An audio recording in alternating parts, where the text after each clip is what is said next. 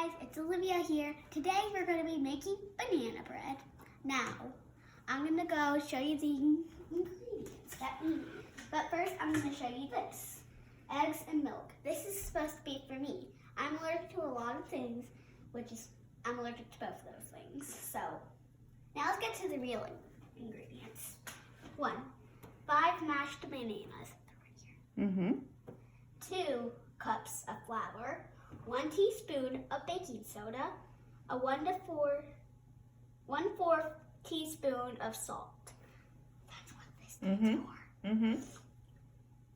A 1/2 cup of butter, a 3 to 4 cup of brown sugar, and 2 tablespoons of applesauce because we're going to replace those for eggs. And bake at 350 degrees for 1 hour. It sounds like a long time, so if you have patience, get some in.